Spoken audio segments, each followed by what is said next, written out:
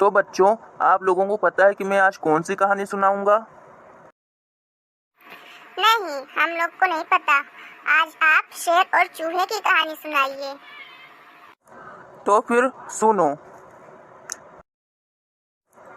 एक बार की बात है, किसी जंगल में एक शेर और चूहा रहते थे। फिर एक दिन जब जंगल में शेर सो रहा होता है तो कहीं से चूहा आ जाता है। फिर क्या होता है? हाँ, फिर आगे बताइए। हाँ, तो जब शेर जंगल में सो रहा होता है तो कहीं से चूहा आ जाता है और सोते हुए शेर के ऊपर चढ़ जाता है। जैसे चूहा शेर के ऊपर चढ़ता है तो शेर की नींद खुल जाती है और फिर शेर चूहे को अपने पंजे में पकड़ लेता है। फिर तब चूहा गिड़गिड़ा कर कहता है, महाराज, आप तो जंगल के राजा हैं, मुझ पर दया कीजिए, मुझे छोड़ दीजिए। ये सुनकर शेर को दया आ जाती है और फिर शेर चूहे को आजाद कर देता है।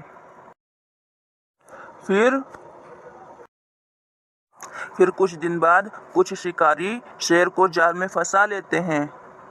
अच्छा, फिर क्या होता है? शेर जाल में फंसने के बाद जोर जोर से दहाड़ने लगता है।